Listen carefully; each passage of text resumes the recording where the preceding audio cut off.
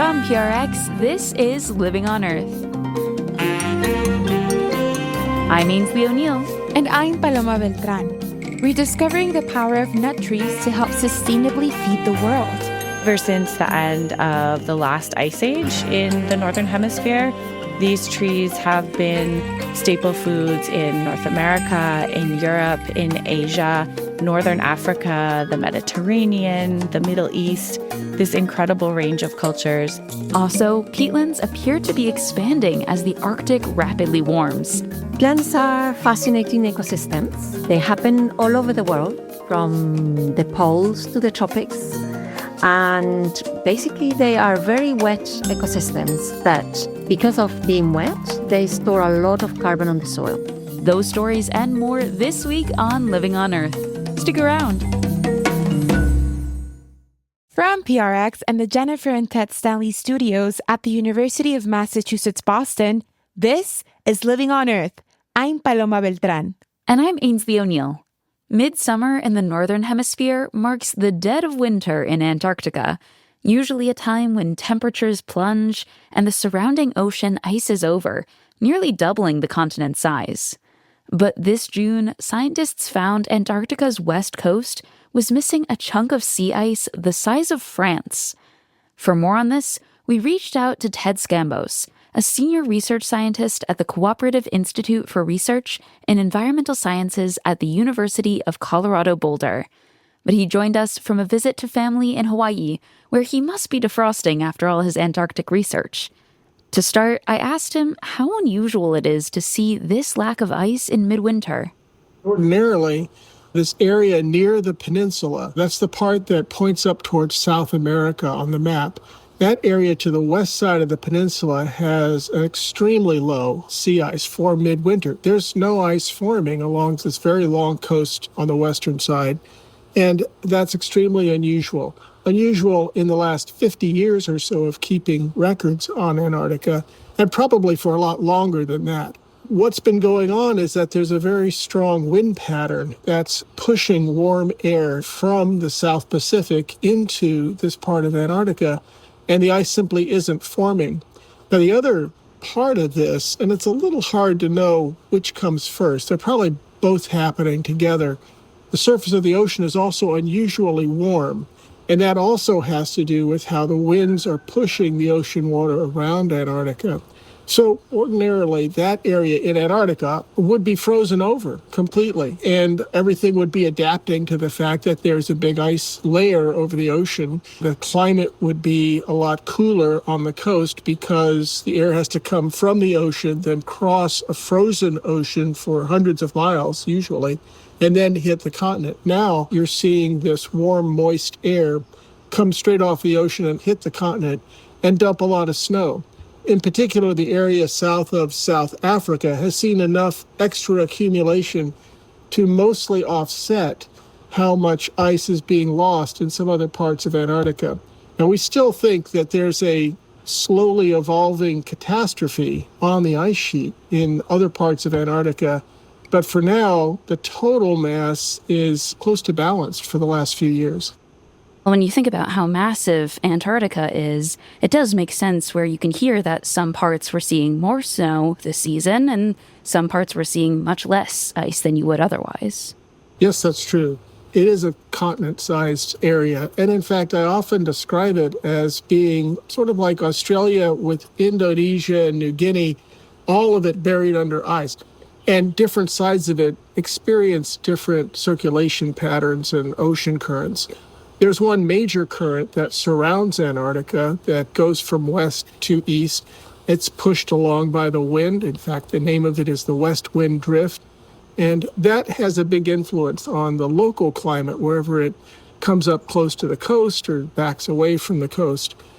In fact, there's also a vertical component, but deep in the ocean, different things are happening. And in fact, that's actually the main threat for ice loss in Antarctica, is that the deeper ocean is more frequently moving towards the coastline of Antarctica. There's a current that reaches the underside of the ice at depth And for those deeper, larger glaciers that flow out towards the ocean, they're seeing a lot more melting because of this warm ocean current that's reaching them. That is the big problem for the long term in Antarctica.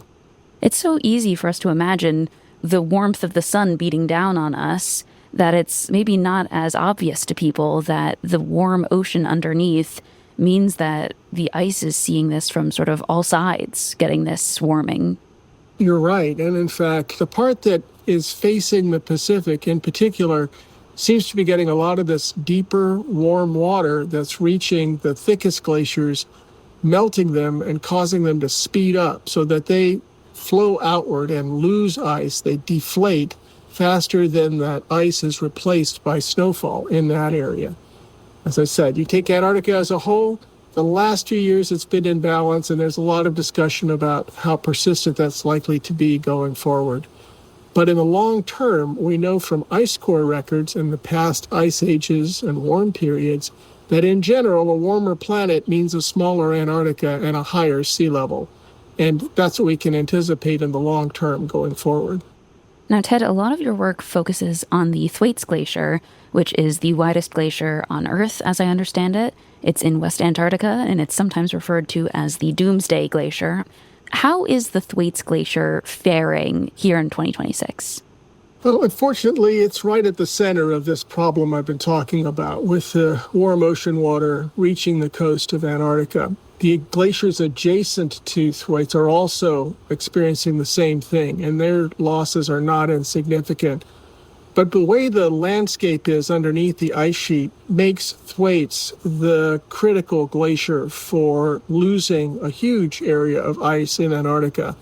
Now, I like to say that it's a slow-moving catastrophe. It's not a doomsday. It's more of a doom century or two. Still, the amount of sea level rise that will occur from the loss of ice in this area, and we think it's already underway, and we're pretty much the models are showing that we're committed to losing the ice. It's just a question of whether we're fast enough to stretch out that loss to several thousand years versus dumb enough to keep warming the planet and seeing it collapse very quickly, a century or two. Thwaites is really the biggest player, the biggest wild card in sea level rise in the future. Warming oceans, which makes the water expand, that's a big part of what will happen. And Greenland melting, especially surface melting, water running off of the top of the ice sheet into the ocean, another big player. But both of those are fairly easy to predict and forecast. They'll scale with the warming planet pretty predictably. Thwaites is less predictable, a lot less predictable in terms of when and how this ice is really going to come off the continent. Well, when do you feel like the rest of the world will start to feel the consequences of this rapid ice loss, whether it be the sea ice or the glacier ice? When is the rest of the world going to feel it? Unfortunately, human beings need a catastrophe. And there's this steady drumbeat of events that have actually more or less convinced the American public that climate warming and climate change are real. I think the heat wave in Europe, heat waves in the United States, hurricanes, those things, they have a cumulative effect on opinion. And I think we're there in the U.S., just tipping over into, yeah, this is really happening, and we might need to think about this sooner rather than later.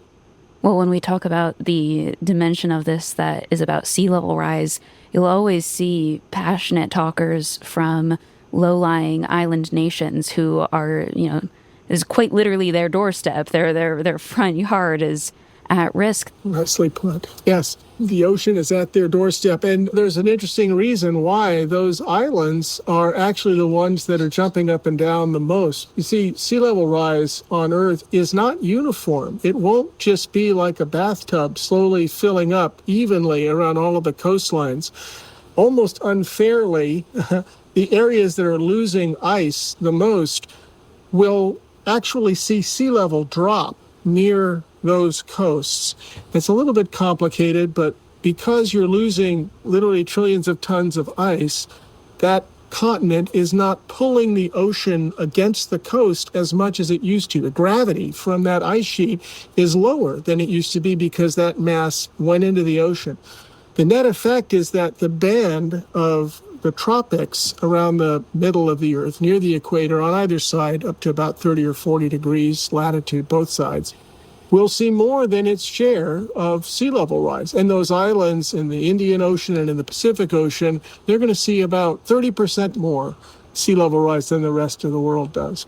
It's unfortunate, and that's why that's such a critical problem. And yes, they've got nowhere to retreat to. I mean, I don't want to be flippant, but there's Baton Rouge for New Orleans, but there's no higher ground for the Maldives. Ted, what's something that you want people to keep in mind when they hear a story like this? I realize that it's a Debbie Downer talk to keep going down this road of hammering home how at risk the future appears to be. But the fact of the matter is we have the technology that we need in order to radically slow the pace of sea level rise and the pace of warming on Earth. We're committed to some warming for quite a while.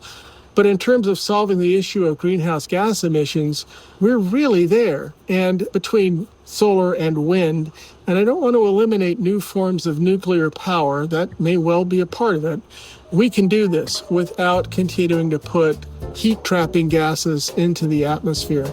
The solution is right there in front of us. That's Ted Scambos, a senior research scientist at the Cooperative Institute for Research in Environmental Sciences at the University of Colorado Boulder. By the way, in addition to the carbon-free energy that Ted mentioned, Earth's trees are also powerful tools in the fight against climate change. And you can hear more about carbon sequestering forests in some of our recent episodes on the Living on Earth website. That's LOE.org. And let's not forget about the carbon storage potential in soils, especially peatlands. That's coming up after the break on Living on Earth. Stay tuned.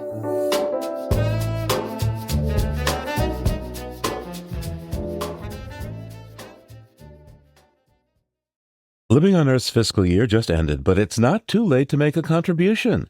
Please consider supporting Living on Earth today. Listener support is more important than ever. Visit LOE.org to make a donation. And thank you. It's Living on Earth. I'm Paloma Beltran. And I'm Ainsley O'Neill. We want to remind you about our next Living on Earth book club event on July 14th at 8 p.m. Eastern.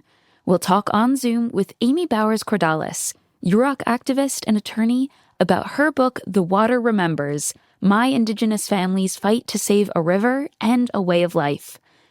Amy will discuss the struggle to protect the Klamath River in Northern California, a crucial habitat for salmon and the lifeblood of the Yurok tribe. Join us for this free live webinar with Amy Bowers Cordalis on Tuesday, July 14th at 8 p.m. Eastern. Register at LOE.org/events. That's LOE.org/events. See you there.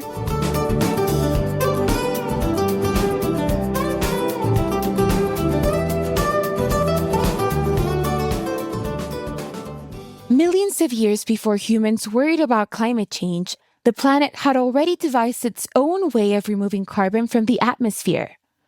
In oxygen-deprived wetlands all over the world, dead plant material accumulates instead of fully decomposing, gradually forming peat that locks away its carbon. Over millions of years, peat eventually fossilizes to become coal.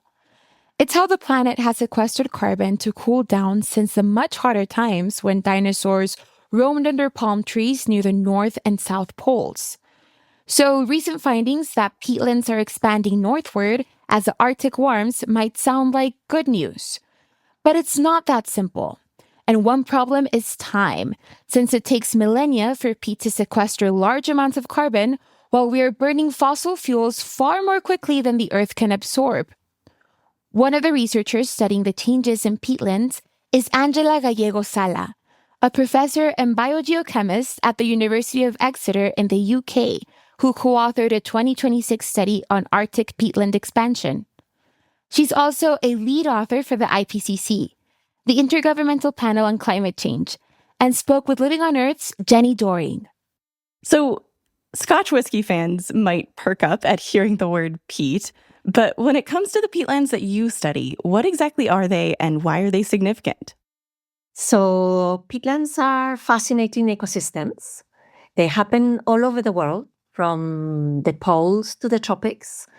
And basically, they are very wet ecosystems that, because of being wet, they store a lot of carbon on the soil. So they are basically defined by all of that carbon that accumulates as undecomposed organic matter. That means plant matter on the soil. And these places, peatlands, they are places, as you say, where plants don't really decompose or they decompose very slowly. So they build up a lot of carbon over time, carbon from the photosynthesis that the plants have been doing. What is the scale of the carbon that these peatlands contain? So they basically all together, they contain more carbon than there is in the atmosphere, or more carbon than all of the forests of the world combined. So Wow. That is a lot of carbon. That is a lot. And Angela, your study found that peatlands are expanding across the Arctic. This is part of a phenomenon known as Arctic greening. What's causing this? So as the climate is warming, all of the biomes are expecting to be shifting polewards. So in the case of the northern hemisphere, northwards, or higher up the mountain if they're in a mountain setting.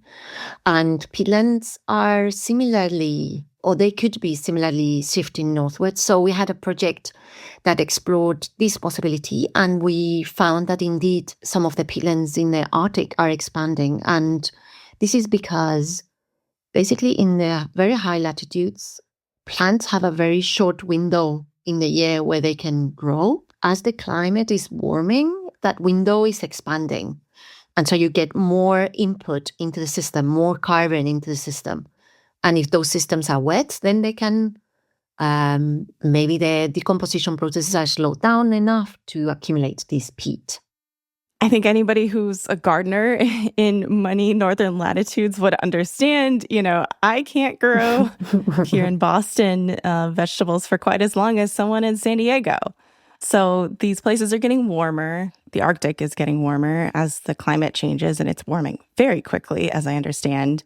And then what's the role of moisture, rainfall?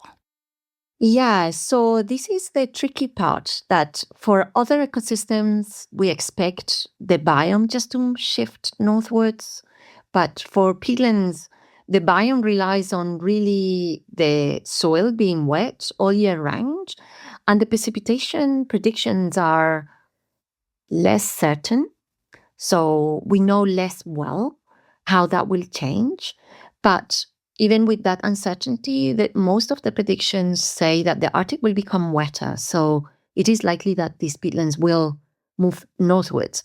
But as you say, moisture will be key. So if the areas are waterlogged, they will become peatlands. And if not, they will become something else, probably boreal forest or whatever.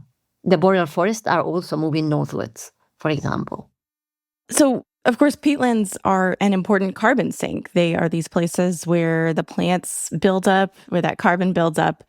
But I understand that this expansion of peatlands that you're documenting in the Arctic, that actually could become a source of carbon that could contribute to more warming over time.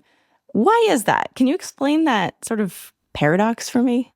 Yeah, so there is kind of like two hypotheses. So one is that because a lot of the Arctic is now under permafrost, so that means frozen, and that will thaw, that all that thawing will release the carbon that is now in the soil, and that carbon will be released into the atmosphere, and therefore, it will contribute to warming. But our observations and our hypothesis is kind of saying, okay, that may be the case for some parts of the Arctic, but for some parts of the Arctic, if they are wet enough, then that will not be the case. And they will be actually taking up carbon from the atmosphere. And both might be true because, the Arctic is complex and these landscapes are complex, and there will be dry parts of the landscape and wet parts of the landscape. And also, I would also say that there are other considerations that we, of course, need to be aware of with climate change. That is not just the warming, but the extremes And so we could have things like fire, for example, that could be an element that could tip the ecosystems into becoming sources, for example. So yes, we are documenting an expansion, but that doesn't mean that, great, we can warm the earth and, nothing will happen. Actually, warming the earth can have, let's say, unwanted consequences beyond the greening of the Arctic, I would say. Right. I mean, it sounds like you need a lot of moisture for these peatlands to form. But then let's say we get, several really hot, really dry years. Those peatlands dry out. Maybe there's even fire that happens. And we've seen a lot of increasing fires in northern regions and boreal forest regions, especially. And then that contributes to a whole lot of carbon going into the atmosphere. Exactly. And that's the kind of real possibility for a lot of these peatlands, not just the Arctic ones, but as you said, the boreal ones, they are suffering from more frequent fires. And this is something that is in some ways, unprecedented in the sense that these wet ecosystems don't normally catch fire if they're in a good climate, in a favorable climate. Angela, we've reported previously on the show about zombie fires, and I believe we were talking about, when permafrost thaws and dries out enough, and then maybe the forest above it catches fire, and the soil itself, that carbon in the soil, that actually can catch fire, then be smoldering even throughout the whole winter. To what extent is that part of the concern here with peatlands? If they dry out, they could become these zombie fires. Yeah, so this is very real for peatlands all over the world, also in the tropics.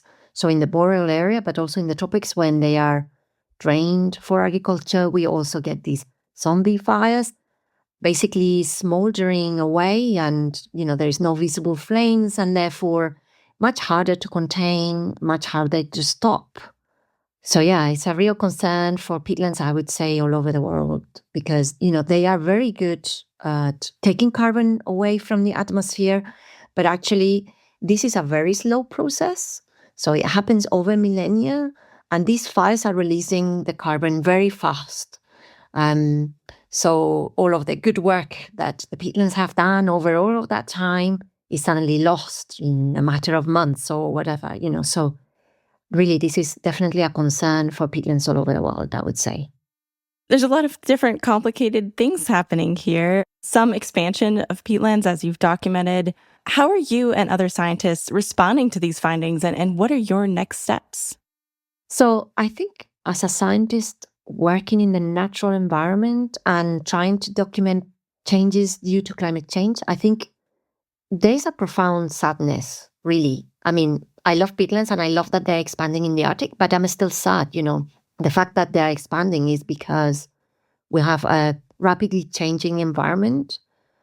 We haven't mentioned them, but there is a lot of people that live in the Arctic, and their ways of life relies on having frozen ground and frozen seas. And, their way of life is going to be profoundly affected by these changes. So I think it's not just me, but any of my colleagues that works in the natural environment, witnessing all of these changes and kind of monitoring these changes, I think there is a part of us that is really sad. But on the other hand, I'm a born optimist. And I think nature is extremely resilient, and that we still have time to do something about it and to reverse these changes. And in a way, that's why my chapter in the IPCC is talking about what are the consequences of not doing something about climate change, and can we reverse? If we go too far in terms of temperature, can we reverse that? And if so, how costly that is, and what is possible and what is not. But I think sadness is probably a part of my job. I also very much enjoy my job, I have to say, and I enjoy very much working on these systems. But yes, I think we live in this kind of contradictory joy for studying the ecosystems that we love, and sadness to be witness to what is happening, really. Angela Gallego Sala is a professor and biogeochemist at the University of Exeter and a lead author for the Intergovernmental Panel on Climate Change. She spoke with Living on Earth's Jenny Dory.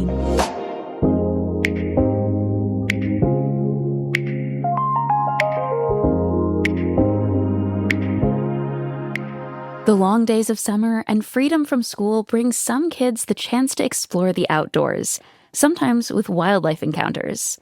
Living on Earth's Don Lyman shares one of those memories from his boyhood and how it took on a new dimension later in life. The winding course of Little Creek formed the boundary between Marine Corps Base Quantico and the town of Triangle, Virginia. On one side of the creek was the base golf course, dissected by the main road leading into Quantico. On the other side, beyond the tangle of greenbriers and blackberry brambles that lined the creek bank, was a small southern town. Carefully manicured fairways, tidy red brick government buildings, and a gate guarded by armed Marine Corps sentries in their neatly pressed uniforms contrasted sharply with the older homes, overgrown lawns, and even the occasional shack and triangle. The water in the creek was clear, but littered with discarded bottles, bits of paper and plastic, and slabs of broken concrete. Yet for young boys with a love of nature, it seemed like paradise. Little Creek provided a place for my friends and I to explore, a mysterious world where we could find all manner of curious creatures. Our dads were Marines, and we lived on the base. My friends Tom and Junior were brothers, 12 and 13 respectively. Steve was 12, and at 14, I was the oldest of our intrepid little group of budding biologists. We shared an interest in nature and wildlife, especially herpetology, the study of reptiles and amphibians, and we loved to go exploring. Carefully traversing steep banks of eroded soil to the stream below, we'd spend hot, humid summer days splashing through the cool, shallow waters that flowed gently over sand and gravel. Shade from big oaks, tulip trees, and sweet gum that towered over the creek protected us from the hot sun. We flipped over rocks and pieces of concrete along the edges of the creek to see what treasures might be concealed beneath. Striped queen snakes, feisty little water snakes, frogs, salamanders, crayfish. It seemed there was always some new discovery that awaited us. One summer day, we came upon a large snapping turtle that had crawled up onto a sandy bank at a bend in the creek. Its shell was nearly 1.5 feet long, and the turtle probably weighed about 30 pounds. With a hooked beak, sharp jaws, and a powerful bite, snappers can be dangerous. So we kept a safe distance while we observed the ponderous reptile slowly making its way toward the water. Plodding along with its legs fully extended and its long, saw-toothed tail dragging behind it, the snapper looked prehistoric. Suddenly, from behind us, someone shouted, "Catch that turtle! Don't let it get away!" Startled, we turned to see an old man with white hair and a scraggly white beard hobbling toward us on a cane. A little black dog followed close behind him, barking furiously. The man lived in a small shack and triangle, a couple 100 feet from the creek. By this time, the turtle had reached the edge of the water. "Grab him! I can eat him for dinner," the old man shouted. We were torn between disobeying an adult and not wanting the old man to kill the turtle, not to mention the danger of trying to capture such a large snapper. "Just grab him by the tail and drag him up onto the bank," he commanded. Junior and I tentatively waded into the water, exchanging knowing glances, and made a half-hearted effort to catch the snapper, dancing around and grabbing at its tail as the turtle slipped into a deep pool and disappeared under a tangle of partially submerged tree roots. I felt relieved that the turtle was safely out of reach. "I could have ate him for my supper," the old man grumbled. "We tried to catch it, but it got away," I nervously replied, feeling badly that I wasn't telling the truth. "You should have grabbed it," the old man said as he walked away. I felt bad for him, I told Junior. Maybe he didn't have anything to eat. "Me too," Junior replied, "but I didn't want him to kill the turtle." "Me neither," I said. "Me neither." In the summer of 2010, I headed south from New England for a reunion with Junior at Quantico. We'd both become teachers, among other careers. Junior at the high school level, and myself as an adjunct college professor, and we still shared a fervent love of herpetology. We spent several wonderful days exploring our old boyhood haunts, including Little Creek, searching for reptiles and amphibians like we did when we were kids. this time accompanied by Junior's oldest son, Dane, who had recently graduated from college. Over 40 summers had passed since our youthful adventures at Quantico. The old man and the shack he lived in were gone, and the young boys who once explored the creek had long since grown into men. Walking along Little Creek brought back memories of the snapping turtle incident. Reflecting on our experience, I realized that perhaps our encounter with the old man went much deeper than the inner turmoil between obeying or not obeying an adult, and even beyond not wanting to kill another living creature. On another level, the encounter represented a clash of cultures between our middle-class world on the Marine base and the poverty on the other side of the creek. It brought forth a stark reality that while some people enjoy nature for its recreational, scientific, and aesthetic value, others may depend on it for their very survival. It was a hard lesson and a tough choice for young boys to make. But even looking back through the experienced lens of adulthood, I still don't think I could have brought myself to help kill that turtle. To my friends and me, Little Creek was a refuge, not only for us, but also for the creatures that lived there. That's Living on Earth's Don Lyman.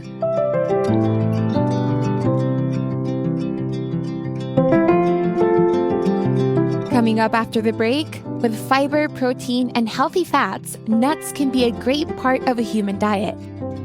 But it turns out eating more nuts can be good for the planet too. Keep listening to Living on Earth. Support for Living on Earth comes from the Waverly Street Foundation, working to cultivate a healing planet with community-led programs for better food, healthy farmlands, and smarter building, energy, and businesses. If you're one of Living on Earth's listener supporters, or if you've been considering a donation to LOE, this message is for you. As a nonprofit news organization, listener support is vital to LOE's weekly effort to bring you up-to-date environmental news and information. Your gift to LOE makes a difference and makes our work possible. So thank you. It's Living on Earth. I'm Ainsley O'Neill. And I'm Paloma Beltran. Much of the world's staple crops of corn, wheat, rice, and soy are grown in massive monocultures. Backed by subsidies from the U.S. federal government for nearly a century, this form of food production continues to be incentivized, despite negative environmental impacts like habitat destruction and the massive amounts of fertilizer, pesticides, fossil fuels, and water it often involves. Much of that grain is fed to livestock with a huge carbon footprint, and our food system accounts for as much as a quarter to a third of global greenhouse gas emissions. But there may be a more sustainable way to feed our growing population if we're willing to learn from an ancient, largely forgotten food system. Elspeth Hay is the host of the Local Food Report on WCAI and the author of Feed Us with Trees, Nuts and the Future of Food. And she joins me now. Elspeth, welcome to Living on Earth. Thank you so much for having me. It's exciting to be here. So tell me a bit about how you grew up. What stories about humans and their relationship to the land were dominant in your culture? So I grew up in Maine with two parents who were bird watchers. And we spent a lot of time traveling around the state of Maine, looking at birds in different habitats. And I learned about the ways that bird species were really well adapted to the places where they lived. I remember learning about crossbills and how they had these mandibles perfectly adapted to extracting conifer seeds from the trees where they lived, sapsuckers drilling neat little rows of holes into maples and birches. And then we would come home from these sort of field trips to different ecosystems and get our food from the grocery store. And as I started to get older and make my way through school, I realized that the way that we were getting our food was really different and was actually destroying these same ecosystems that all of these wild species depended on.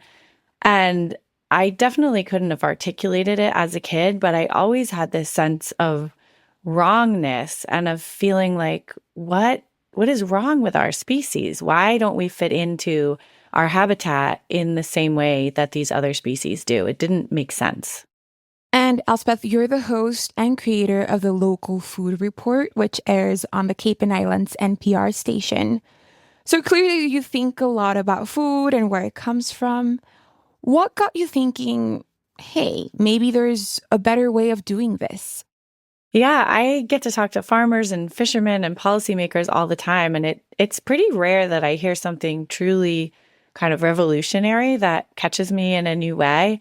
But about 6 years ago now, a friend sent me a link to a TEDx talk by a woman in Greece named Marcy Mayer. And she said that acorns, which I had always seen as a nuisance in my yard, are edible and are human food, and not just edible, but actually one of our oldest human foods and a superfood. And that got my attention. I live in Cape Cod, in the Cape Cod National Seashore, and I am in a forest that is completely surrounding me of oak trees. And so I had always seen these acorns falling in the yard and around the house as kind of a nuisance, maybe food for squirrel and deers. Definitely not a human food source. I had never heard of people eating acorns.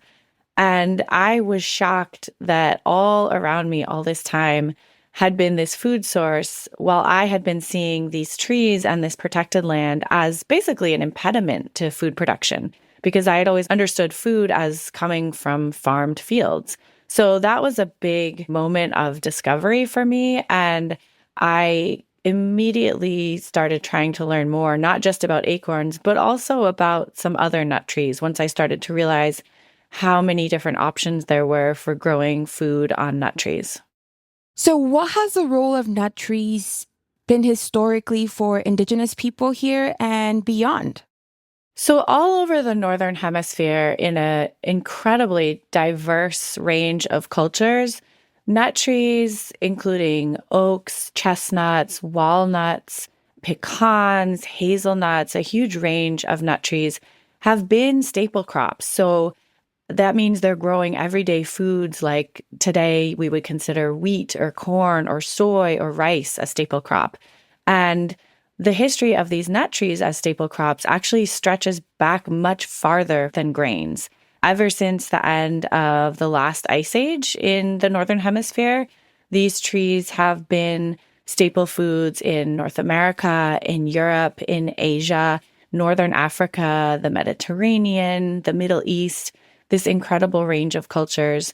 And people have learned how to have a relationship with these trees that ranges from intense cultivation to a more semi-feral cultivation. But when you look at archaeological records in Japan, for instance, you see the size of chestnut burrs increasing because of human interaction with trees. When you look at North America, you see Indigenous peoples here in a variety of different cultures using fire to keep trees like oaks and hickories dominant on the landscape. People have relied on these foods as a major part of their diet. And also that part of the genocide against Indigenous people here in America was focused on destroying their food systems, specifically nut trees. Can you talk to us about that? How did that history lead us to where we are today? Yeah, I think, when I was a kid, I was taught settler history, which the basic version is Europeans came to this continent and it was tragic, but a lot of Indigenous people died from diseases that we brought. And so the land was sort of ours to take. And that story could not be farther from the truth. There were millions of Indigenous people killed by Euro-American settler soldiers as we moved across this continent. And a lot of the fighting was really focused on destroying food systems. So here in the East, that looked like enclosing woodlands so that areas that had been nut producing intended as game woodlands, as nut woodlands, were divvied up into private property and farmed instead of being allowed to be owned communally. So that system spread west with the killing of the bison, and it moved all the way to the Pacific coast into an area where acorn tending and oak tending as a staple food crop was really prevalent in a lot of California, present-day California, before Euro-Americans got there. And there was this system that the government came up with to incentivize basically a system of forced farming to get Indigenous people to stop tending these tree crops and to move toward row crop farming, they had a system called allotment. And allotting agents went onto Indigenous land, Indigenous reservations, and told people that if they didn't farm the land, it would be taken by white settlers, and that legally they had to farm the land in order to gain title to it. So they forced people, not only was there so much violence and so many other culturally insidious ways of enacting genocide on Indigenous people, but there was also this forced change in food production. And it was so tied to so much of the other violence.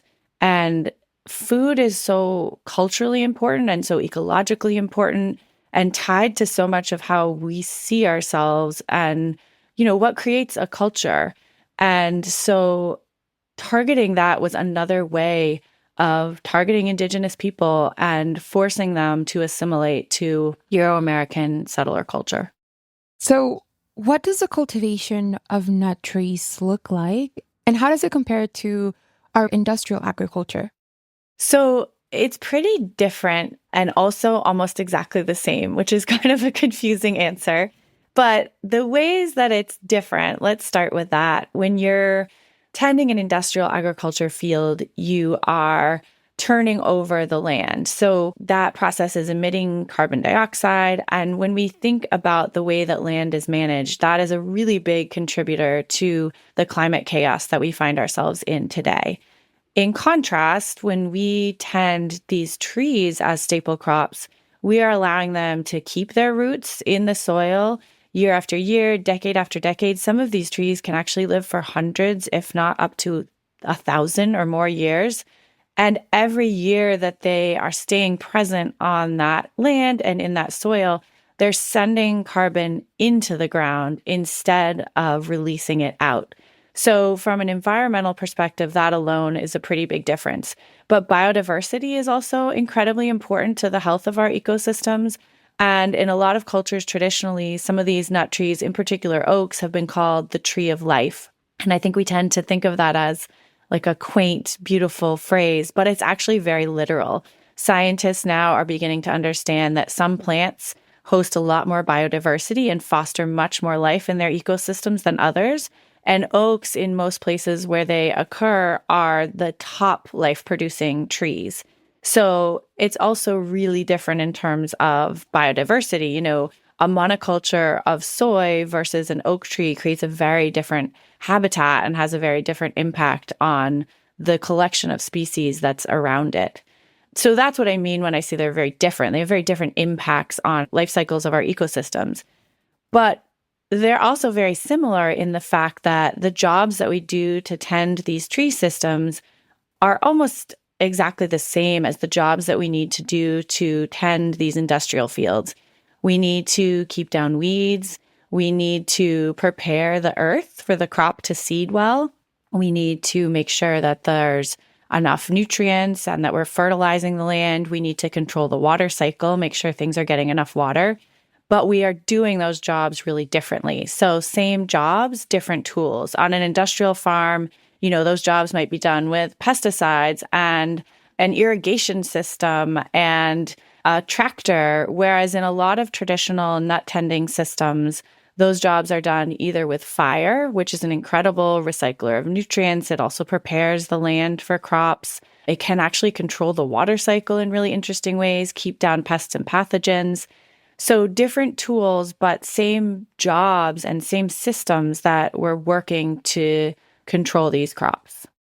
Many people might wonder, how feasible is this? Can nut trees really produce enough food to feed the world? Yeah, I had a lot of questions about that while I was researching my book. I got pretty hung up on it for a while. I called it the yield question, and I was obsessed because I knew that would be the first way that people tried to pick this idea apart, right? And something really interesting happened when I started researching the yield question. The first is that I discovered that most of the food that we say, we have to have this system because we have to feed the world. Well, we're not eating most of the food that we're growing. So that argument falls apart pretty quickly. For instance, with corn in the United States, we eat 1% of the corn we grow. The rest is used to produce ethanol, or it's fed to animals, or it's exported to other countries where it destroys their local agricultural economies. So we are not doing this to feed ourselves. But, even then I thought, okay, I want to look at this on an acre by acre yield basis, right? Because if we're serious about feeding the world, it really matters how much these different crops can produce on an acre of land. And when I looked into that, I discovered a few things. One is that the way that we're evaluating yield currently is really misleading. So we talk about yield and we say, okay, this acre of corn is yielding 12,000 pounds of corn or whatever it is. But we're not talking about all of the other land that is required to overproduce on that sort of little fictional island of land. So when we're talking about yield, it's a ratio, right? It should count all of the energy or calories or nutrients that you're getting out from an acre of land for what you've put in.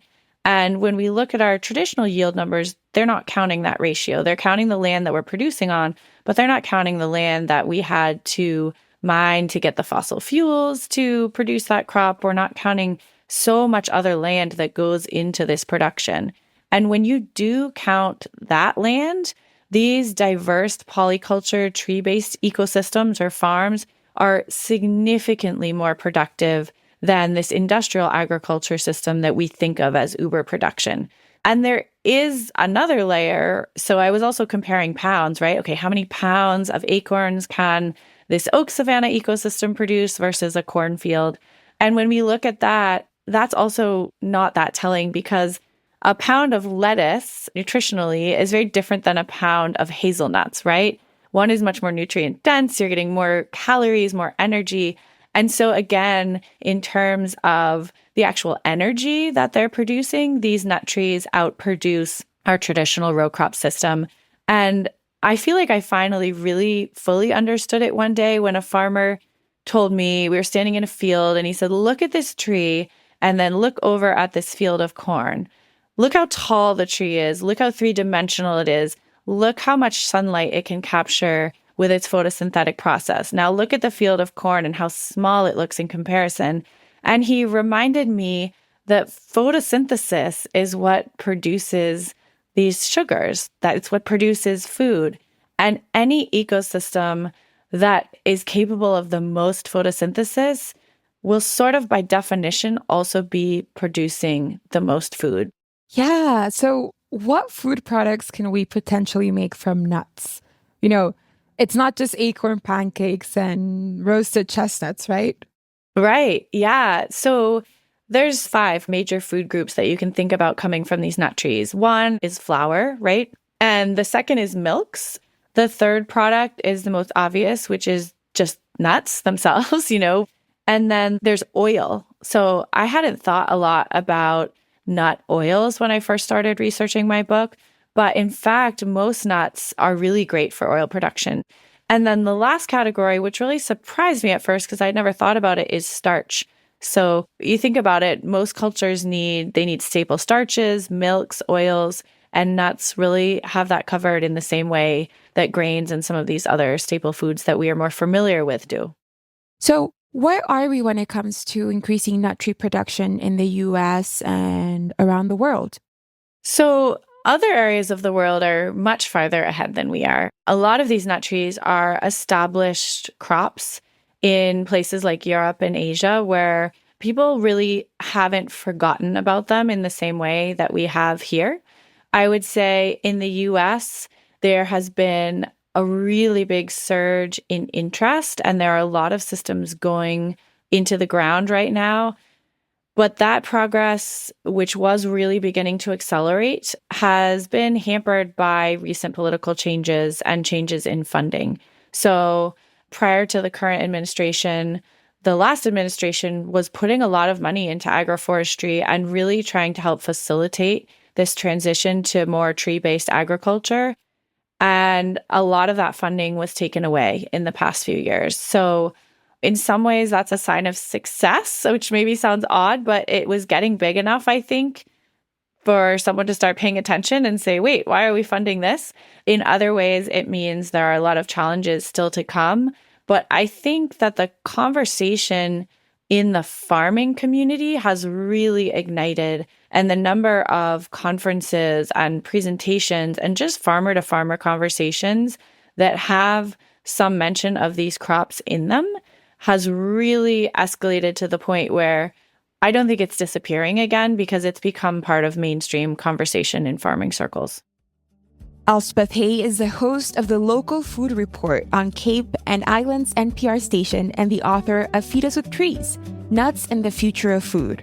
Elspeth, thank you so much for joining us. Thank you so much, Paloma. It's been a pleasure.